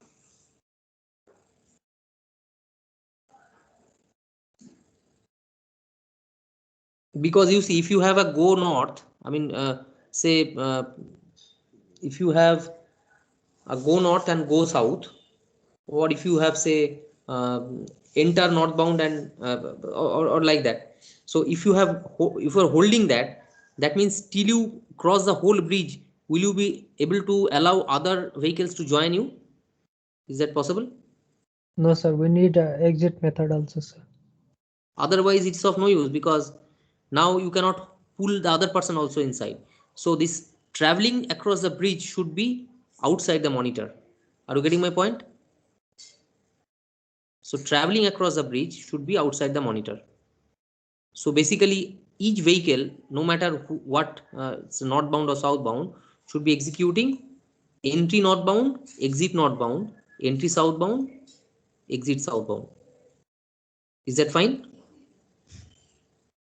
Yes, sir. And in between entry and exit, you basically travel across the bridge. That's all. So no matter how long you take to travel, based on your speed, but during your travel you can allow others to check the status in the same direction, they can join in that pool. And if that is not the case, in the other side, I mean, those who are in the opposite direction, they can also find out, and they can also occupy the seats here. So because, and how many condition variables should be there? How many condition variables should be there? So these northbound vehicle drivers, where should they wait?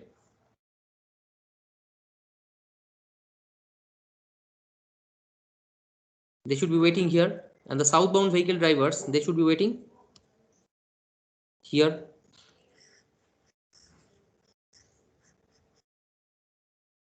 What the point? So these northbound vehicle drive, the southbound ones, they should wait. If there are some northbound vehicles inside, they should all wait here, right? Like this.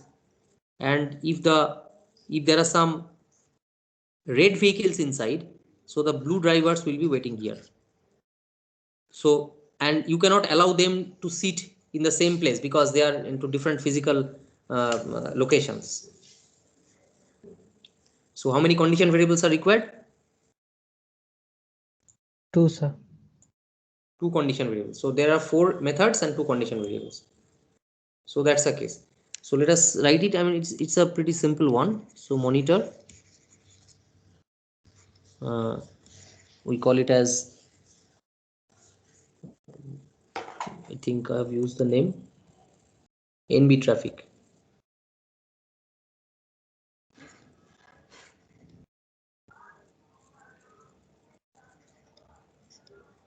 Or narrow bridge traffic. NB stands for narrow bridge traffic. And the private members. What are the private members here? What we found? The condition variables. The condition variables, one is the maybe the not bound case. What name I have used? NBZ. You can call it as NBZ. And condition SBZ. What it says? NBZ means on which the northbound vehicles wait, and SBZ means the southbound. So the northbound vehicles wait here, and the southbound vehicles wait under this SBZ. What else we need? Because there can be multiple vehicles in one particular direction, what you need to keep track of that? Counter, sir. A counter. So int NB and SB. So NB means number of northbound vehicles. So what is the interpretation of this NB and SB? Number of northbound vehicles which are holding the resource, right? Or who are in the bridge right now. And SB is the number of southbound vehicles who are holding the resource, that is the bridge. So here bridge is the resource.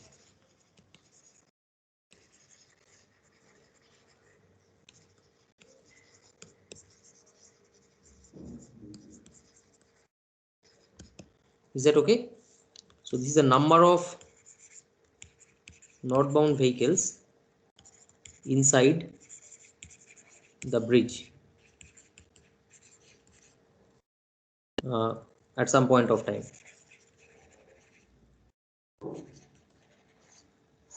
Number of northbound or southbound according. Do you need any other variables? Is that required?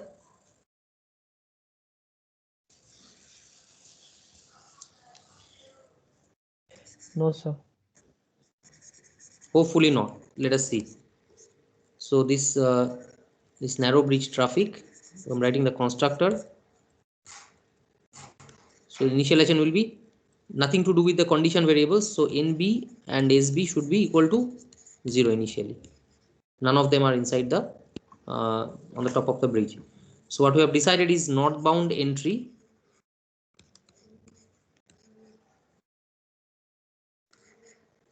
and southbound entry. Sorry, northbound exit. So what is the northbound entry? What is the logic for that? So the northbound ones, that means this one, they need to execute a wait to get a seat here. Wait on what is the condition variable for this associated with northbound? This is NBZ. NBZ. So wait NBZ only if when we need to wait.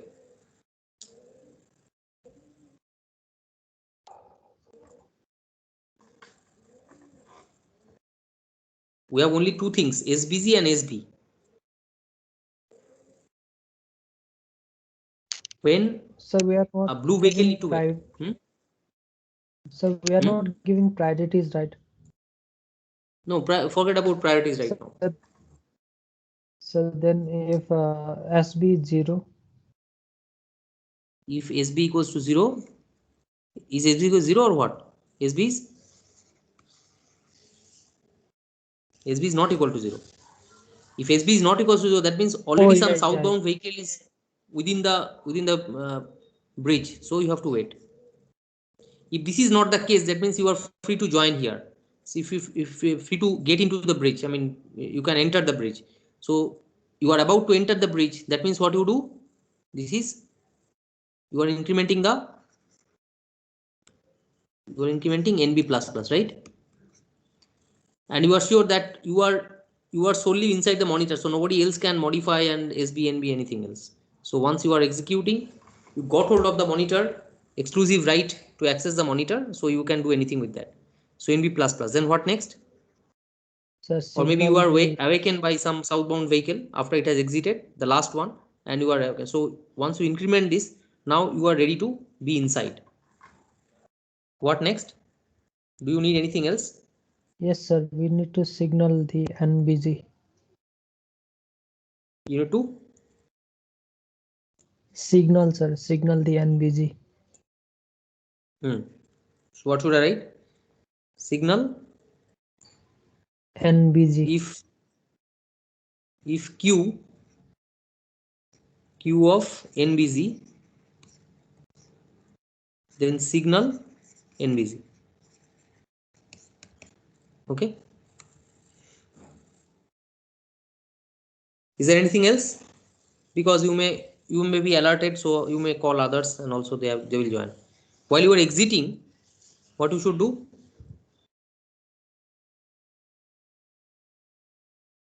The first thing is NB minus minus. You are decrementing the count. So the point is, you can think of that there is a.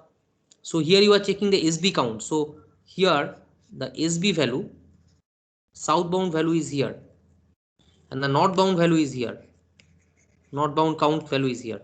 So you are checking the value, and if you find that this is not equals to 0, you wait, and if it is 0, you enter here. And when you are here in this point, you basically decrement. So here you basically decrement this. Okay. And when the southbound vehicles also come out, here they have a decrement operation performed here. Okay. Got the point? And being from this side of the river, when you are incrementing NB, that means there should be some connections to this NB which you can perform increment. So being here, you increment this count so that these vehicles can see it, and when you cross the river here, you decrement the count so that it becomes one less. SB also the same thing. When you have got a chance to enter here, you basically increment the SB count here, plus plus operation kind of, and you have exiting here, you decrement the SB count. Is that fine, the arrangement? Yes, sir. So NB minus minus, what is the next step now? So you have decremented your count. 0. If So now NB what you do, if NB is equal to 0, so now and you just have to check that whether I have to signal a SBG, right? yes, sir. So when you are exiting here, you have to check that whether somebody is waiting here. Some red drivers are waiting here, but you have to also make sure that somebody within your group. I mean, the no such blue vehicles are also inside that. So no such blue vehicles. If this is true, and Q of SBZ is true. So nobody is here, but somebody is here. No vehicles are no blue vehicles are uh, inside the bridge, but some red drivers are waiting here. You signal them, one of them, right? Is there anything else to be done? Is there anything else to be done? Sir, isn't this kind of we're giving priority? Priority to whom? Sir, the southbound vehicles. Why we are giving priority? Sir, because we're checking this queue first. If they are waiting, we're letting them come. So we could have called our own friends also, no, from north. No, your own friends, they would have done. So once you are here, when you are traveling, so your friends are joining, keep joining like this. So in any case, you will be signaling. So this NB equals to 0 means none of your friends are interested. So the thing is, when you are about to leave, if some friend comes, then definitely, I mean, before he grabs the the monitor, you are free to signal these persons. Are you getting my point? So if while you are traveling, if more friends came, they automatically got inside here. But if you are the last person who are exiting, so when you are exiting, Okay, even okay. by that time also nobody is here. So what? So you will be just signaling these persons, and once you Okay, signal sir. the red drivers will pull all their friends, and they will be having a queue like this. They will be crossing the bridge. They will take their turn, and they will not let any blue drivers to enter till the whole pool is complete. I mean, till you have got a break kind of thing in that stream. What the point?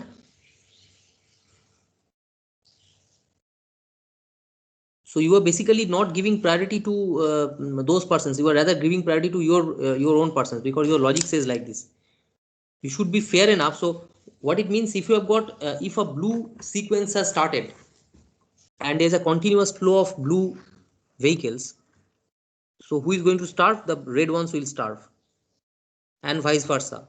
If there is a continuous flow of red vehicles, and if they have started traveling in the bridge, so they will not stop, they will keep on, others joining others, thing like that. And that is the reason why we need to enforce some traffic rules and some uh, timer limit and all this. So in this case, if I want to have a strictly one after the other, nobody should starve, what should I do?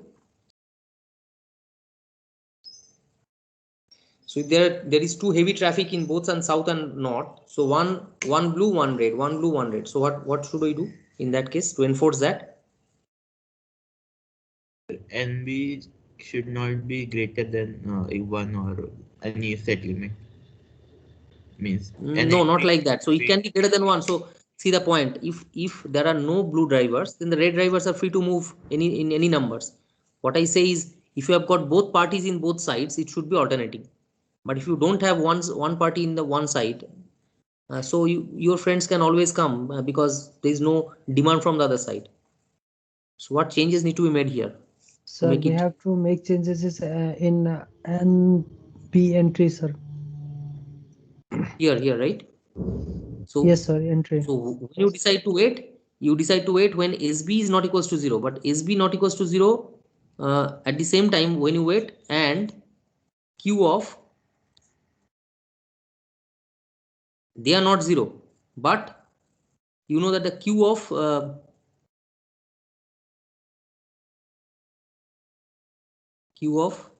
SBC, Q of SBC is true.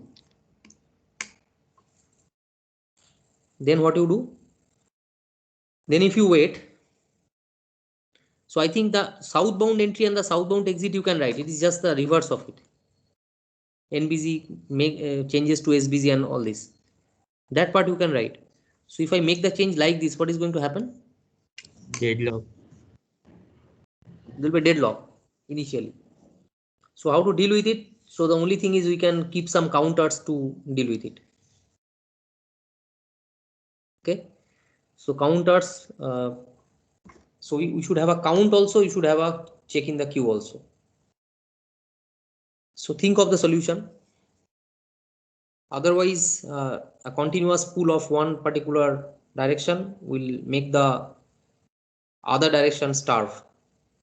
It's not free from starvation. Okay. Okay, so that will be the end of the class. We have discussed about the monitor features. We have discussed about the different problems solving using monitors. The same, more or less the same problems that we solved using semaphores. I have not discussed about the sleeping barber and also the sleeping barber problem I have left. There are other problems also, the bank account problem and all. The dining philosopher problem is there. So there is no uh, so there are plenty of solution problems, classical problems which people attempted to solve using different approaches like this. Okay, so if you have any questions you can ask, or that will be the end of the course officially. But if you have got queries, you can write me. I can have some doubt clearance class in the next week for those who are having doubts. That is possible. So if you let me know in beforehand, I can plan it accordingly. And what is left in the synchronization process synchronization is the message queues and the pipes. So those two are left. Otherwise, more or less, I have tried to cover all the aspects of process synchronization. But I think we'll have some opportunity, because once the institute reopens, we have not got the opportunity to have the sessional classes. So sessional is a part of your curriculum, and without that I don't think the credit points will be able to will be calculated. So there will be some mechanism, I don't know how, that later on this pending sessional classes will be done. So maybe I can take the opportunity to discuss about the message queues and pipes during that time, and maybe a bit of sockets. And we can try, more or less the syllabus is covered, so now we can solve small dummy problems, and we can try to have something realistic, uh, like a chat kind of thing, or railway reservation kind of thing, where it is protected using semaphore, and you have got multiple client processes running in different machines trying to share or shared access in some record, which is hosted in some other machine known as server, like that. So we can have a thread based solution, we have a process based solution. We can have a tic tac toe problem, which is having a two player solution. Okay, so both players are from two different machines, and they are having a shared board, tic tac toe board, where they are putting their options. So many things can be done if we have the opportunity to have the sessional class. I think there we'll have enough time for that, those things. But till this point, if you have got queries, you can ask. Otherwise, you can write to me. In that case, I can have some arrangement of classes. Otherwise, I think that is the end. So no queries, And but regarding, yes, no queries, but some requests, sir. Sir, can we have yes. some sample problems about, I mean, like, how the format of the exam is and the problems according to them, so we can practice on them? See, one thing is that regarding the MCQs, I have given you some kind of idea that you can think of the problem if you solve the problems which appeared in the previous year GATE examinations and all. So that will be one thing. So the MCQs will be of that type. Okay, are you getting me? Okay, sir. And the descriptive So types? descriptive type, yes. See, I have not yet designed the problem. So in my part, I can say it will be some coding problems, because in our case, in case of OS, design means you have to come up with how you express the design. It is in form of the code. It's not architecture class where you have uh, a block diagram design and whatever it is. So in my case, but the thing is, it is open book, so you are free to use your books, or maybe you can have a notes of all the functions that are available, the use of the functions. And even if there are some minor mistakes, like if you write that code, if you there will be some bugs, but if the logical it is correct, you will get marks. Okay, so there will be some scenarios given where you have to come up with a solution, and mostly it will be programming based in my part. So that will involve threads, semaphores, or monitors, maybe something like this. So I say that what will be the changes that you need to make to enforce this priority or something like that. To be honest, I have not prepared those questions yet, because we got the directives just few 3-4 days back. So I'll be working on it, but that was what I have planned. It will be mostly those uh, design type problems, assignments, coding type. But I understand you may write a code that might have some bugs, but I'll be focusing mostly on the logic, so how you design the code. Okay, sir. So, And maybe there may be some numericals maybe there in terms of, say, scheduling problems. I may define a different kind of scheduling, and I may ask that, okay, if this is a hypothetical scheduling, and this is the how the processes appear and arrive, and their service time is, so what will be the turnaround time and all this. So maybe something similar to this. Yes. so if you can provide some practice questions about that, in that area, so we can have a rough idea of how we should approach the questions in the exam, that would be helpful. Also, sir, the model is quite Hmm. slow with changing the pages. So if you can have multiple questions in the same page, it would be fair that we don't have to change the pages because it's very slow in that regard in changing the pages. So Moodle is means slow. Okay. in changing the pages. So if we have one question at one page, then changing the pages. Suppose we have 20 questions, then changing the pages already takes 5 minutes from our time, and that also will create some Is it problem. now? Is it so? I mean, one change is taking 5 minutes time. So refreshing. Uh, No, sir, not one, but in calculation of all these, sometimes it takes 1 minute time also because Moodle is quite slow in that. See, I mean, definitely I cannot help in ensuring that it will be fast enough because it is hosted in some servers, probably in our institute itself. That is what is as per my knowledge.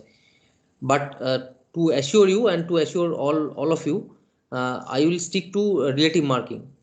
So the problem of, say, like, the system itself, it is not fast enough, or say, like, out of 5 questions, probably you can approach 2 of them, but the rest of the 3 you cannot. So it will not be absolute marking. That's the point. So it's like a question bank, and you try to solve as many of them as possible.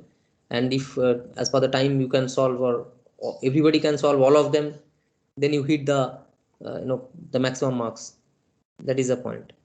So need not have to worry about uh, how much you are solving. I think in a competitive basis, you try to solve as many as possible, and try to score as much as possible, and the highest Sir, marks will be mapped to 100. sir, are we bound to this give exams in Moodle? So because if by any means the internet or the power disconnects, sir,